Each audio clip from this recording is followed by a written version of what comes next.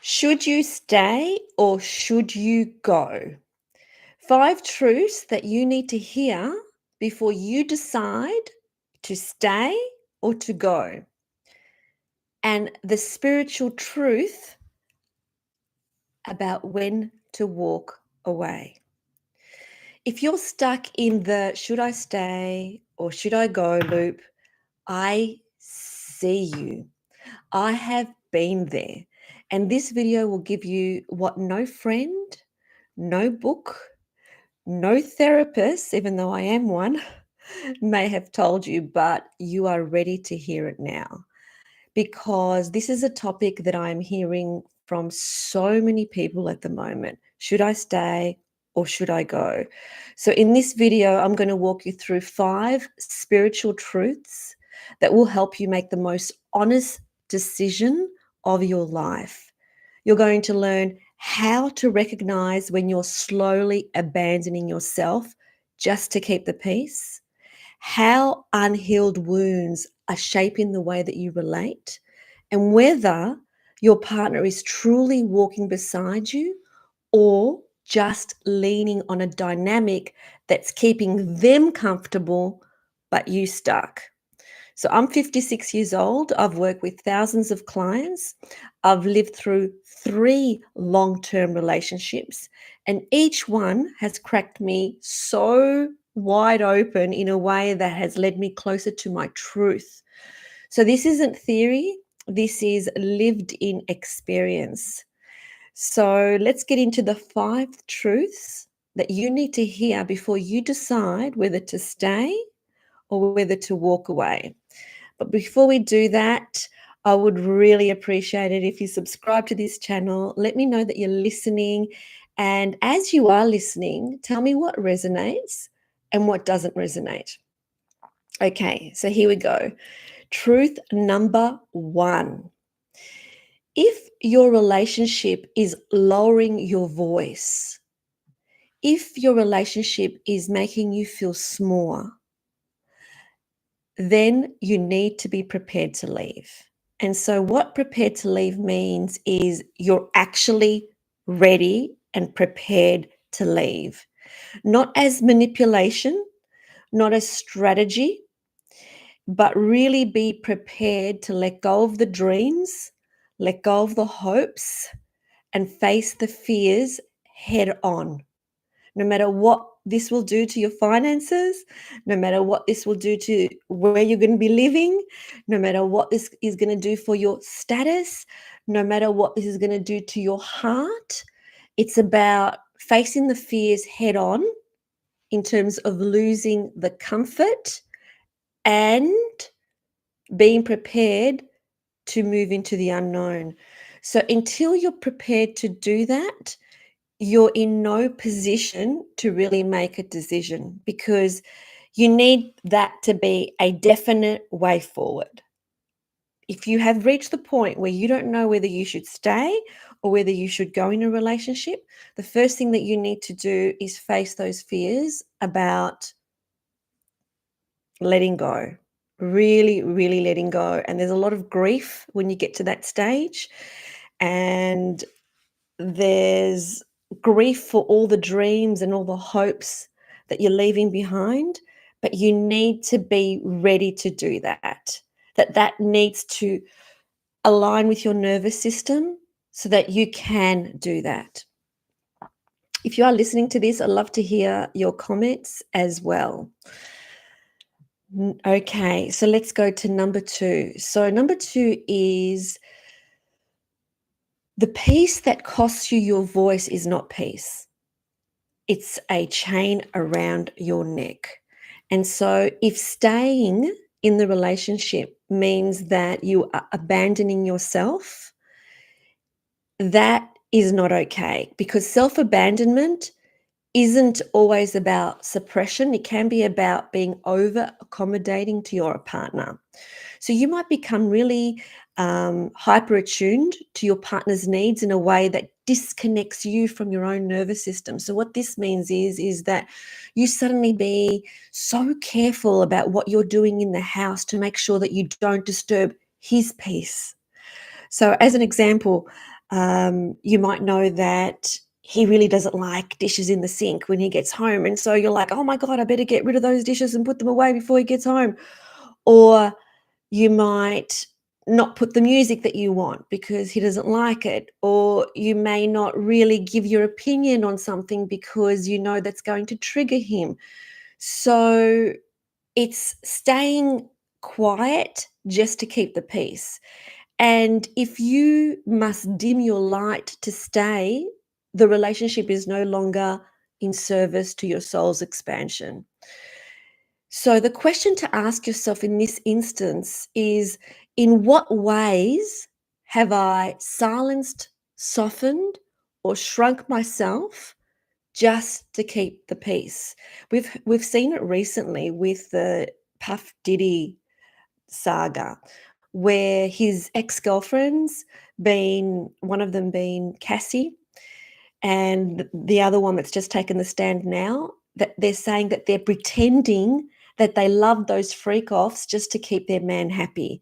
So they were pretending that they liked everything about those freak offs, those sexual situations that they were asked to be in just to keep their man happy. So they were shrinking themselves.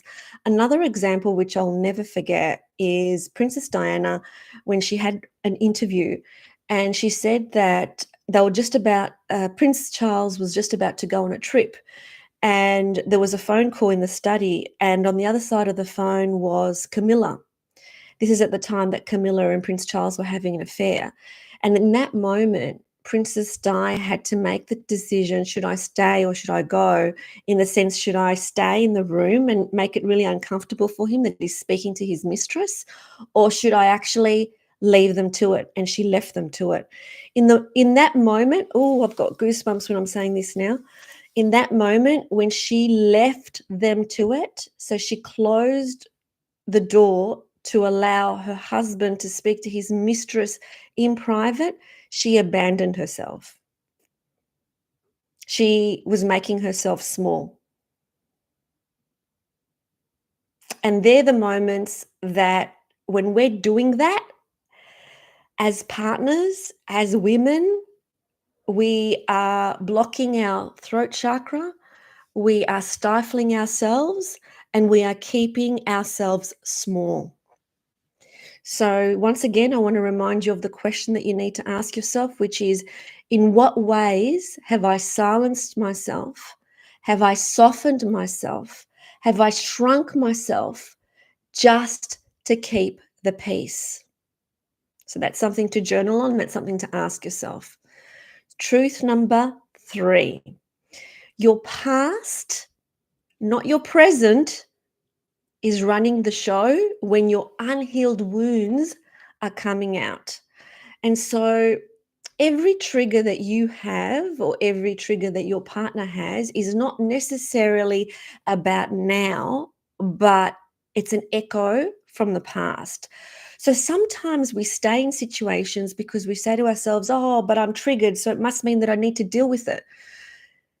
Sometimes what looks like love in a sub is just a subconscious attempt to recreate a familiar wound that you know the pattern, you know how to run it, but that's not healing. It's repetition. It's just keeping yourself in this loop where you are stuck, but you don't know how to react differently, and your partner doesn't know how to react differently. And so you're still playing the same patterns. He's playing the same pattern. You're playing the same pattern. So, a good example of that is Johnny Depp and Amber Heard, where their tumultuous relationship displayed epic trauma bonding, not partnership, because much of their dynamic appeared to be shaped by unhealed childhood trauma, which was just playing out publicly and destructively. And what was playing out on her part was manipulation.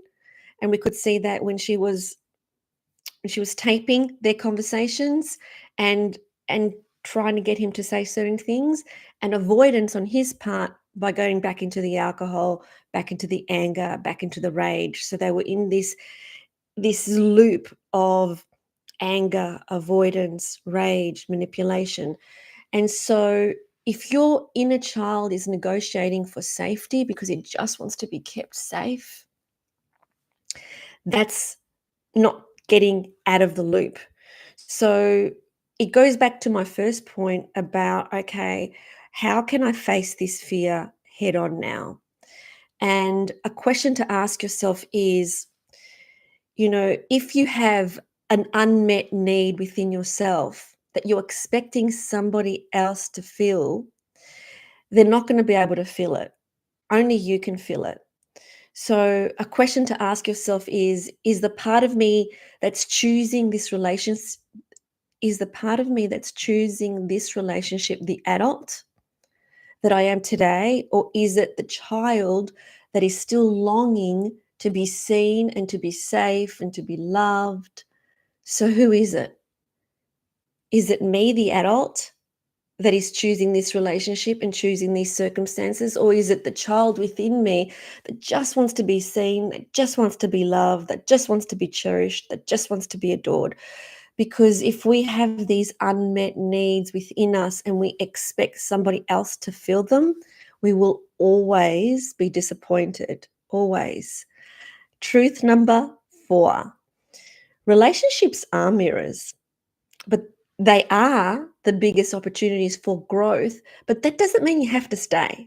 Just because they are the biggest relationships for growth, a dangerous spiritual bypass is when you use, oh, everything is a mirror. I've done that. Everything is a mirror as justification to stay in a toxic situation, because not all reflections are worthy of your interpretation or your analysis. An example would be Whitney Houston and Bobby Brown. Whitney once said that she stayed because their dysfunction reflected her own inner chaos. But that mirroring ultimately contributed to her downfall. So, a really good question to ask here is, do I feel more clear and empowered in this mirror, or more confused, smaller, or unworthy? And so it goes back to something I had said in a previous video, which is love does not confuse. Love clarifies. When you feel scattered, when you feel confused, when you feel like you don't know where to go, what to do, you're not sure of yourself, that's not love. You're in a situation that you need to change or you need to get out of. Truth number 5. And before we get to truth number 5, I will be telling you at the very, very end as to some solutions as to how to deal with this. So truth number 5 is carrying the growth for 2. So what this means is that I saw this actually as a post on Insta. I can't recall who wrote it, but it said, you're not here to be someone else's emotional rehab center, something like that. So you're not here to be there for somebody else's potential. You're not here so that you can help somebody else grow. So many sympathetic, empathetic people confuse potential with partnership, but real partnership doesn't ask you to be a coach. It doesn't ask you to be your partner's therapist. It doesn't ask you to be your partner's savior. So don't stay for what's possible. Stay for what is.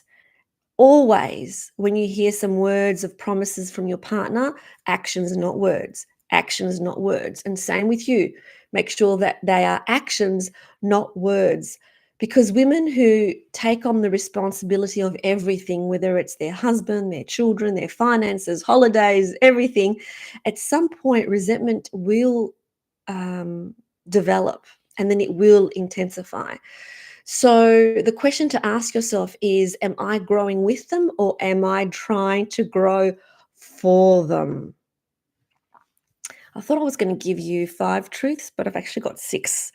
So the 6th one is, which choice is bringing me back to myself? Is it going to be staying, or is it going to be leaving? Which choice is going to give me my voice back? Which choice is going to give me my truth back? Because the truth is that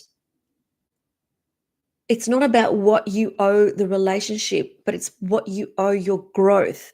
And maybe your growth can be expanded in the relationship if both parties agree to come to the party, but it may not be if both parties do not come to the party. And so when you picture staying or going, the question to ask yourself is, do I feel the expansion or do I feel contraction in my body? And so sometimes spiritual people, they stay too long because they intellectualize dysfunction. And in fact, anytime anybody's confused, I always tell them, get out of your head and get into your heart. Stop thinking about the pros and cons and start going into your heart in terms of what is right for you. Because this these type of sentences where people say, oh, but this is my soul contract, this is my twin flame, this is just karma. These beliefs can be such a trap that keep you in cycles that you are meant to exit, that you are meant to go and leave and let go of these cycles. So your spiritual path isn't about staying no matter what. And it's not about going when everything gets hard. There's a center point there where sometimes the bravest move is not to stay, but to bless all parties and to thank them for everything that they've brought into your life and actually go. But only you know what the answer is. So these are the steps that you need to take in order to arrive at that answer. Number one, you need to speak your truth compassionately. If you feel that you aren't able to speak, then write it down in a letter. Write it down in a letter, for you to write it down, not for AI to write it down. What is it that you need to say? And be fair. Don't just start saying, well, you did this and you did this and you did this, because you wouldn't be together if you didn't have some good and some positive to begin with. So start with, well, I remember the days when this used to happen. I remember the days when you used to do this for me. I remember the days when I felt seen, when you did this and this for me. And I so appreciated those days. But then I noticed that things began to drop off. Then I noticed that you started to resent me every time I spoke. So be honest with your self-reflection of the journey when you're writing this letter, but speak your truth compassionately. So compassionately as much as possible from the other person's point of view as well as your point of view. And the next thing that needs to happen is that your partner and you need to both have the capacity to receive where you are both at. And then, if you are serious about working in the relationship and working on yourselves in the relationship, it's action, not words. You need to take action, not to just say some fancy words. So, some people are supposed to stay in your life until the lesson is learned. Others are meant to stay so you can face whatever you're supposed to face, your fear head on, and surrender to the knowing that you don't need anybody else's approval to be worthy, because you already are. But only you know as to whether you should stay or whether you should go. But you must always stay in your truth. And in your truth means that if you can't speak because you're triggering the other person, if you can't speak because you're afraid of their reaction, then something needs to change. You need to tell them about it. You need to speak your truth. You need to speak up compassionately and assertively. And they are either prepared to come along for the ride or they're not. And if they're not, you need to face your fears, let it all go, bless the relationship, and leave. And once you do that, it will be pretty incredible and pretty amazing as to what will appear in front of you, as to what will arise for you, because everything is working for you. And always, always, always live in truth. I'd love to hear your comments, your questions, your thoughts, your reflections on everything that I have just shared. Sending you so much love.